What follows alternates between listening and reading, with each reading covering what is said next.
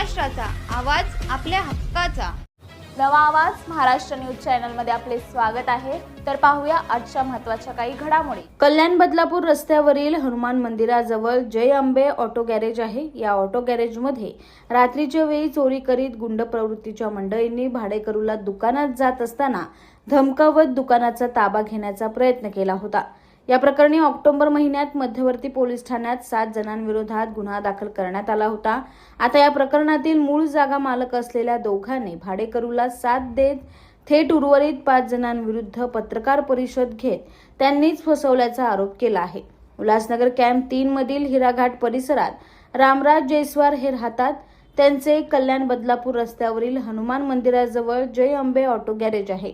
त्यांनी गॅरेजचे दुकान हे गुरप्रीत कौर उर्फ पूजा विजय पठारे यांच्याकडून भाडेतत्वावर घेतले होते.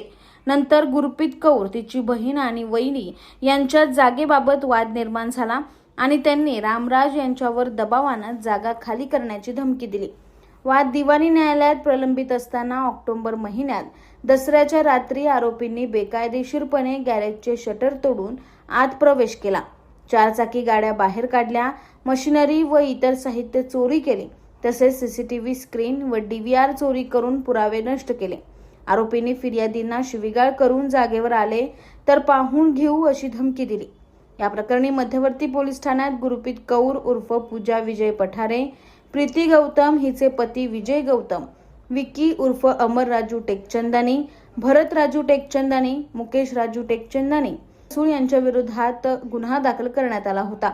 आता गुरप्रीत कौर उर्फ पूजा विजय पठारे, प्रीती गौतम हिचे पती विजय गौतम यांनी पत्रकार परिषद घेत विकी उर्फ अमर राजू टेकचंदानी, भरत राजू टेकचंदानी, मुकेश राजू टेकचंदानी यांनीच आम्हाला फसवल्याचा आरोप केला आहे. बघूया काय म्हणाले गुरप्रीत कौर उर्फ पूजा विजय पठारे, प्रीती गौतम हिचे पती विजय गौतम. हाँ जी, आज अपने पत्रकार परिषद बुलाइए, क्या विषय जरा विस्तार में बताइए. जी, मेरा नाम विजय गौतम और ये मेरी sister in law Gurpreet Pathare और मैं अपनी वाइफ का, ये दोनों बहनें हैं, मैं अपनी वाइफ का पावर ऑफ अटॉर्नी होल्डर हूँ. ये जो हमने बुलाया आप लोगों को आज इसके लिए कि हमारे साथ एक बहुत बड़ा कांड हो रहा है. एक विक्की टेकचंदानी नाम का आदमी जो अपने आप को बहुत ही भोला भाला शरीफ दिखने में, कस्में खाने में, माँ बाप की कस्में, भगवान की कस्में खाने में ऐसा लगता है बहुत जेन्युइन आदमी है, लेकिन बहुत ही बड़ा अपराधी आदमी जो हमारे से वास्ता जिस आदमी का पड़ा. इस आदमी ने हमारे साथ मार्च में पहले एक एग्रीमेंट बनाया था. उसमें इसको सब मालूम था कि कौन कौन है हमारे साथ. हमारे एक दिल्ली में इनका ब्रदर हैं, वो गुजर गए हैं, उनके बच्चे हैं, उनकी वाइफ है, वो भी प्रॉपर्टी में थे, उसको सब पता था. उसने वो एग्रीमेंट तब सबके साथ बनाए, चेक इशू किए थे और चेक हमारे सब उसने बाउंस करवा दिए. वो एग्रीमेंट में ब्लैंक छोड़ा, इंद्रजीत कौर का भी नाम लिखा था जो हमारे इनके ब्रदर की वाइफ थी, उनके बच्चों के नाम थे, लेकिन उन्होंने साइन ही नहीं कराए, लेकिन नाम लिखी हैं, वो नोटरी है इधर एग्रीमेंट. उसके बाद चेक जब बाउंस हुए, हमने उसको पूछा भी तूने चेक बाउंस के, तो उसने बोला नहीं, हमारे पास वो लड़का आ रहा है, अंकल मेरी भाभी का लड़का, जो बोले वो आ रहा है 13 तारीख को वो आएगा, हम उसके साथ वो एग्रीमेंट करें. फिर विक्की टेकचंदानी ने हमारा जो आपस में फैमिली का था, थोड़ा बहुत डिस्प्यूट चलता है, हर फैमिली में होता है, हमारे में भी था, इनका भाई बहनों में भी था. और उसने विक्की टेकचंदानी ने बोला कि मैं समझौता कराता हूँ. उसने हमारा जो एक समझौता कराया, समझौते की अपने पास भी कापी है, हम आपको दिखा देंगे. वो समझौते में उसने जो हमारे अंगद भाभी का लड़का, वो बाबरा बेटा नहीं था, सब कुछ का उसके साइन है, मेरे वाइफ के साइन है, गुरप्रीत के साइन है, और विक्की उसमें विटनेस बना. बाद में विक्की बोलता है कि मैं जानता ही नहीं हूँ दिल्ली वालों को, इंद्रजीत कौर को, उनके बच्चों को जानता ही नहीं, मेरे साथ धोखा हुआ, मेरे को इन्होंने बताया ही नहीं एग्रीमेंट में, जबकि वो समझौता में वो था. उसने उधर से फोन करके उन लोगों को 13 तारीख बुलाया था. उसके बाद वो समझौता हुआ, समझौते के बाद भी इसने वो एग्रीमेंट फुलफिल नहीं किया, उनके साथ भी, हमारे साथ में नहीं किया, उनके साथ में नहीं किया, और हमारे चेक बाउंस हो गए। तो ये डील हमने छोड़ दी वहीं के वहीं। उसमें एक रिनोवेशन का एग्रीमेंट भी था कि हम लोग इतना पैसा देंगे, 5 लाख रुपया। ये रिनोवेशन का एग्रीमेंट है हमारे पास, इसमें 5 लाख का अमाउंट लिखा था, लेकिन हमने छोड़ दिया। उसके बाद विक्की टेक चंदानी बाद में फिर हमारे पास फरवरी में आया, फरवरी में सितंबर में आया, मिड में। उसने बोला फिर मैं छोड़ो पुरानी बातों को, तो हम दोबारा डील करते हैं, ये करते। हमने उसको बोला कि अभी 4/11 की जो डील है सिर्फ हम दोनों की, हम भाभी को तुम्हें अलग पैसे देने पड़ेंगे। तो ये मान गया। हमने बोला हम अभी इतना हमारे खर्चे हो गए हैं, लेकिन अभी ये नहीं चलेगा सारा। तो 4/11 में इसको पता था भाभी का लग, तो इसने एक अल्लाह हमसे अलग डील की। इसने 4/11 में हमारा दोनों के साथ डील किया, उसमें इसने कुछ कैश लिया, ये एग्रीमेंट है उसका, है ना। इसमें 15 लाख का टोकन लिखा था, 15 लाख में उसने 1,11,000 ये कैश था, और 13,89,000 ये उसको चेक दिए, 694 ईच, दोनों का नाम चेक, ये इसका। और इसमें उसने बराबर लिखा है कि वो दिसंबर से 26,40,000 रुपया हर महीने दे, 26,40,000 रुपया जनवरी, फरवरी, मार्च, अप्रैल, मई, जून सब देगा। लेकिन उसने आगे से देना बंद कर दिया, क्योंकि उसके दिल में चोर था।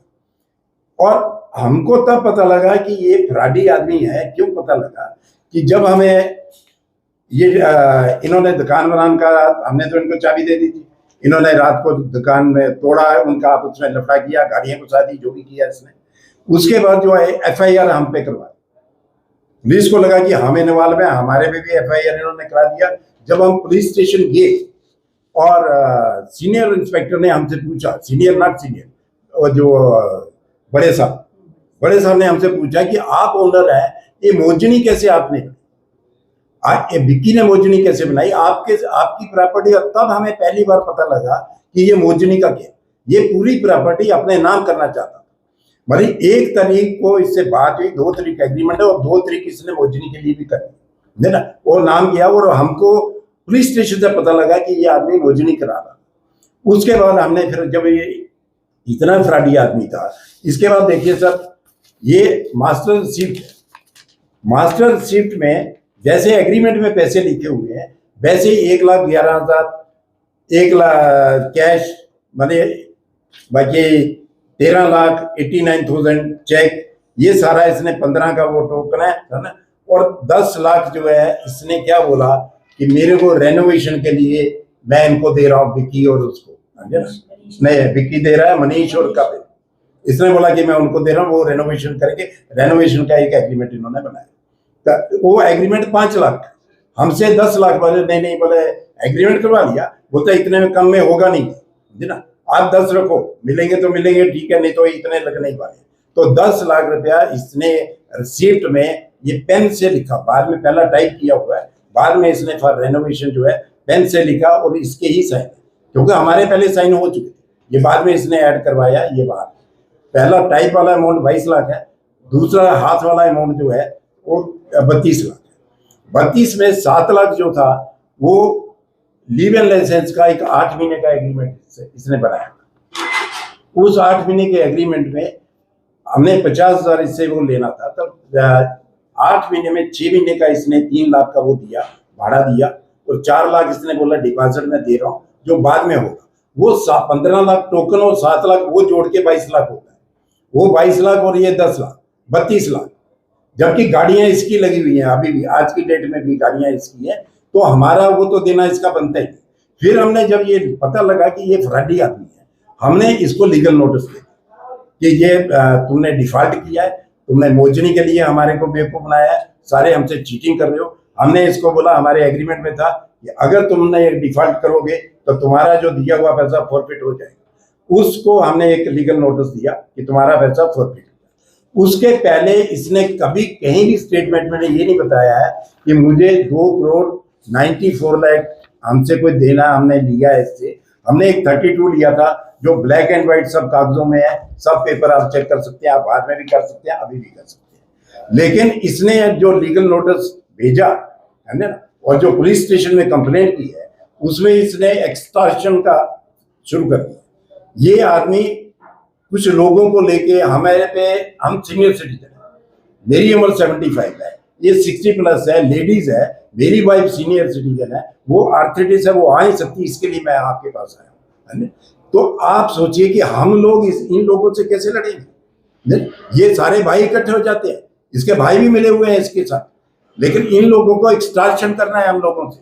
और 294 का 2 करोड़ 64 का इसने नोटिस भेज दिया हमारे पास, और ये लिखा है कि अब 1 करोड़ पता नहीं 2 करोड़ कैश दिया है हमने ना, हमें कोई क्या, हमने सिर्फ 32 लिया, 32 में भी 10 लाख इसने फ्रॉड करके हमसे लिखवाया कि नहीं मैंने पैसे दे दिए उनको रेनोवेशन के लिए, वो ऐड करो इसमें, और किराए के पैसे, डिपॉजिट के पैसे जो अभी इसके पास है हमने ना, वो भी फॉरफिट होते हैं। और जो इसने फ्रॉड किया है, क्लास में है उसमें कि अगर तुम डिफॉल्ट करोगे तो हम नहीं देंगे, कोई भी पैसा तेरा जो है वो फॉरफिट हो जाएगा। हमें अब मैं रिक्वेस्ट है पुलिस स्टेशन से, हमें रिक्वेस्ट है यहाँ के बीजेपी हेडक्वार्टर से, हमें रिक्वेस्ट है फडणवीस साहब से, हमारी रिक्वेस्ट है शिंदे साहब से, हमारी रिक्वेस्ट है सुमित्रा पवार से कि हम कहाँ जाएंगे। हमारे बच्चे हैं, हमारे बच्चे बाहर काम करते हैं, उनका भी नाम इसने घसीट में दे दिया।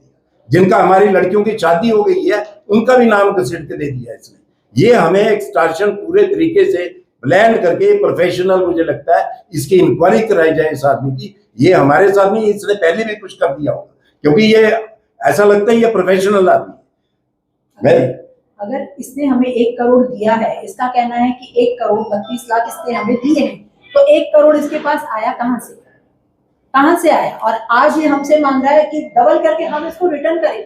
हम सीनियर सिटीजन है, रिटायर्ड है, जिस दुकान से हमारा घर चलता था वो घर अभी इसने डिस्प्यूट में, हमारी दुकान को डिस्प्यूट में डाल दिया है, तो हम इतने पैसे कहाँ से लाएंगे? ये तो खंडनी मांग रहा है ना हमसे।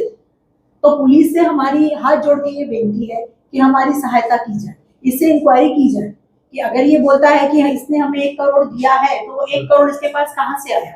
इस विषय को लेकर आपको पुलिस में कंप्लेंट वगैरह करने गए हैं? जी हाँ, हमने कंप्लेंट की है। तो बाहर से क्या जवाब आया है आपको? अभी हमने कल ही वो किया, अभी हमने डीसीपी ऑफिस में भी कॉपी दी है। हमने सारी जो हमारे पास डॉक्यूमेंट थे वो सारे हमने अटैच किए हैं। इसके रेनोवेशन का जो वो भी अटैच किया है, टोकन एग्रीमेंट किया है, सीट किया हुआ है, मार्च के जो इसने एग्रीमेंट बनाए थे वो किया है। अभी इसने जो एग्रीमेंट बनाया 2 अक्टूबर में, इसने उल्टा उसमें लिखा हुआ है कि पहले एग्रीमेंट कैंसिल किए जाए। अभी इसके हिसाब से रेनोवेशन भी इसने वही ऐसे ही किया है, लेकिन इसके बाद भी ये पुराना भी कोट कर रहा है और बोलता है ना इंद्रजीत कौर को इन्होंने बताया नहीं, मेरे साथ धोखा हुआ है, जबकि ये विटनेस है समझौता में, ये विटनेस है, इसने अंगद और इन सबसे समझौता कराया था, और आज ये बोलता है कि मुझे कुछ पता ही नहीं। 1 नंबर का ये फ्रॉडी आदमी है। सारे डॉक्यूमेंट हमने जमा करा दिए हैं पुलिस में। हम चाहते हैं कि सीपी साहब, डीसीपी साहब और सीनियर साहब जितने हैं सब इसकी इंक्वायरी करो और हमें इस आदमी से छुट्टी कराओ। हम लोग रोज ना इधर आ सकते हैं इनसे लड़ने, हम कोर्ट कचहरियों वाले आदमी नहीं है, शरीफ खानदान के हम लोग हैं। हमें इस आदमी से बचाओ और इसको अंदर करो। आपके ऊपर पहले इनके साथ ही आपको आरोपी बनाया गया था, तो यानी अभी आपका यानी जो पहले आपके बढ़ोतरी थे उसके साथ कुछ सेटलमेंट हो गया कि कुछ और अलग है?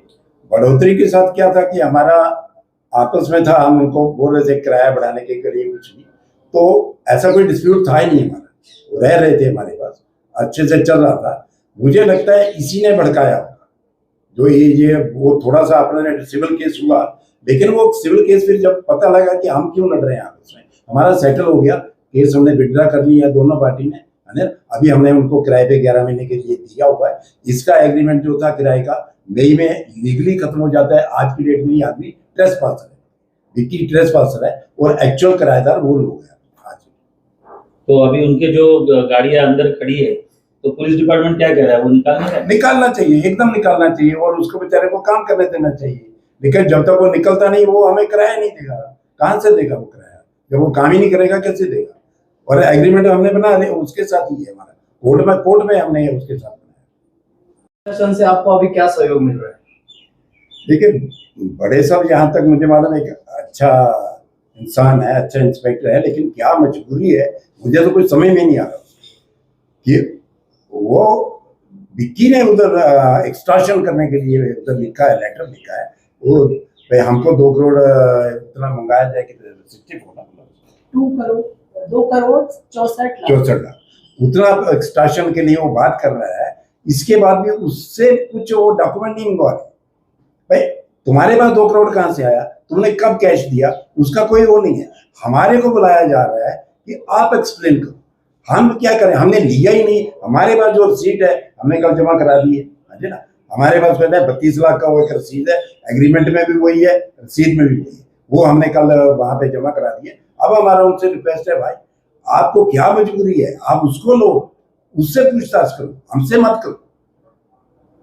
रविंद्र चौहान जी से मेरी हाथ जोड़ के विनती है कि उनके जो कार्यकर्ता हैं विक्की टेकचंदानी से मिलकर हमें परेशान कर रहे हैं। हमसे 2 करोड़ 64 लाख रुपया मांगा जा रहा है। हम लोग सीनियर सिटीजन हैं, इतना पैसा हम लोग कहाँ से लेकर आएंगे। मनीष इंगोरानी, कपिल अरसोल, इनके साथ मिलके, विक्की टेकचंदानी के साथ मिलके हमें प्रेशराइज किया जा रहा है कि हम उन्हें पैसा दें, नहीं तो हमारे पे केस किया जाएगा। ये फौजदारी का केस हम पे करना चाहते हैं। तो हम लोग इतना तो पैसा हमारे पास नहीं है कि हम लोग ये सब केस वगैरह लड़ना ही। अब हमारी उम्र है कि हम कोर्ट के धक्के खाएं। वैसे लिया ही नहीं तो हमने पहली बात लिया नहीं है। 32 जो उसने बोला है उसकी रिसीट है, वो हम रिसीट ऑलरेडी दे चुके हैं, तो वो देख सकते हैं ना कि हमने क्या लिया। अगर हमने लिया होता तो हमने तो बोला ही नहीं, हमने तो उसमें भी 10 लाख किया ही नहीं। उसमें भी 10 लाख उसने बोला, उसने दिया है। इस बड़े डिजिटल दुनिया में हर बिजनेस की एक कहानी है जो सुनाई जानी बाकी है। THRM में हम आपके डिजिटल सपनों को हकीकत में बदलते हैं।